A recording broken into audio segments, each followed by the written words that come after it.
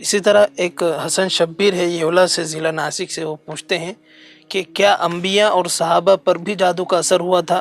اسی طرح جادو کے ازالے کا عمل بھی بتائیں۔ ماشاء اللہ، اس سے پہلے بھی تھوڑا سا تذکرہ آ چکا ہے، جی بہت تفصیلی۔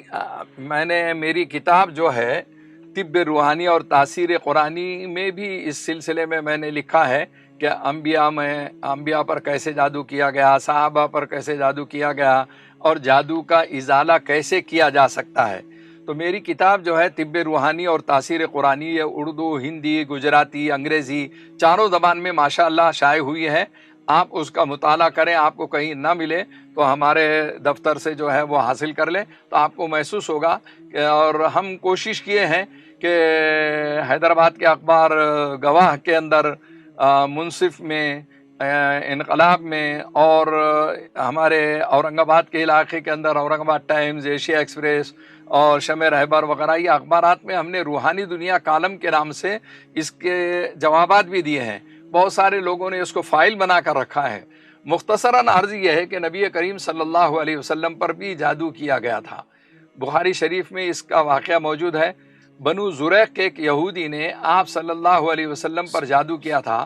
حضرت عائشہ صدیقہ رضی اللہ عنہا سے مروی ہے، وہ فرماتی ہیں کہ قل اعوذ برب الفلق اور قل اعوذ برب الناس پڑھ کر اس کا ازالہ کیا جا سکتا ہے۔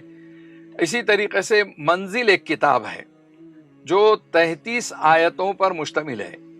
یہ حضرت شیخ مولانا زکریہ رحمۃ اللہ علیہ کے خاندان کا معمول تھا کہ جادو اور جنات کے اثرات سے محفوظ رہنے کے لیے وہ آپس میں ایک دوسرے کو یہ آیتیں لکھ کر دیا کرتے تھے یا اس کی نشاندہی کر دیا کرتے تھے کہ یہ پڑھ لیا کرو۔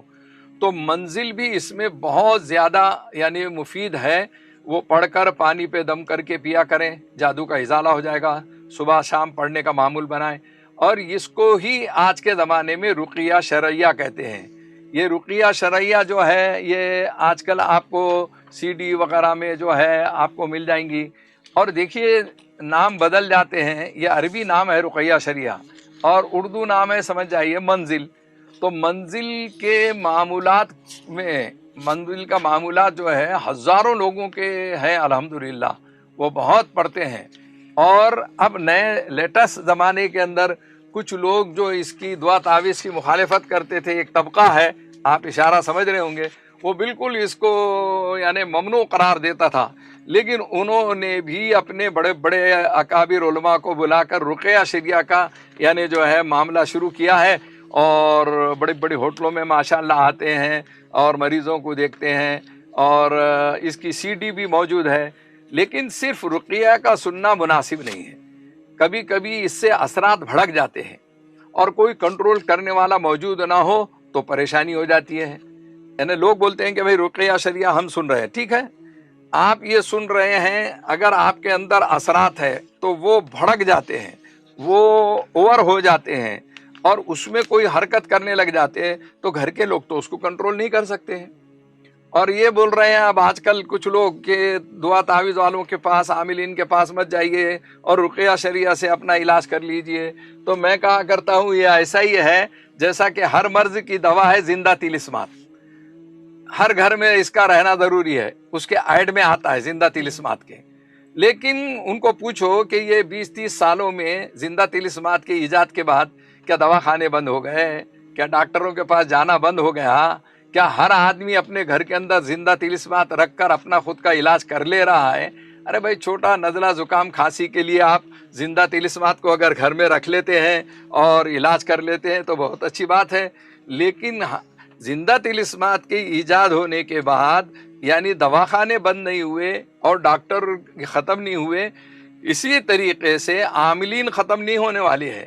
رقیہ شرعیہ ہر کوئی اپنے پاس رکھ کر یا پڑھ کر وہ واقعتاً ثواب تو کما سکتا ہے، لیکن مکمل علاج نہیں کرا سکتا ہے۔ ہم اس سے اختلاف نہیں کرتے کہ علاج نہیں ہوتا ہے، علاج ہو سکتا ہے، لیکن کوئی نہ کوئی علاج کرنے والا ہونا نا۔ آپ جو ہے خود ہی میڈیکل اسٹور میں ہیں، بہت معلومات ہے، اپنے طور پہ اپنی مرضی سے کوئی بھی دوائیں کھا رہے ہیں، پیٹ کے درد کی، سر کے درد کی، تو ایک آدھ دن تو آپ کو جو ہے اسٹیکر پر لے کے جانا پڑے گا، جو ہے اسٹیچر پر، یہ بات نہیں ہے. آپ میڈیکل اسٹور ہے, آپ کی معلومات رکھتے ہیں, اسی طریقے سے رقیہ شریعہ کی معلومات, قرآنی عملیات کی معلومات رکھیے, لیکن کسی استاد کے پاس جائیے, کسی اس کے ماہر کے پاس جائیے, اسپیشلسٹ کے پاس جائیے, جب کہیں آپ کو یعنی صحیح طریقے سے علاج بھی ہوگا اور انشاءاللہ اس کی رجعت بھی نہیں ہوگی.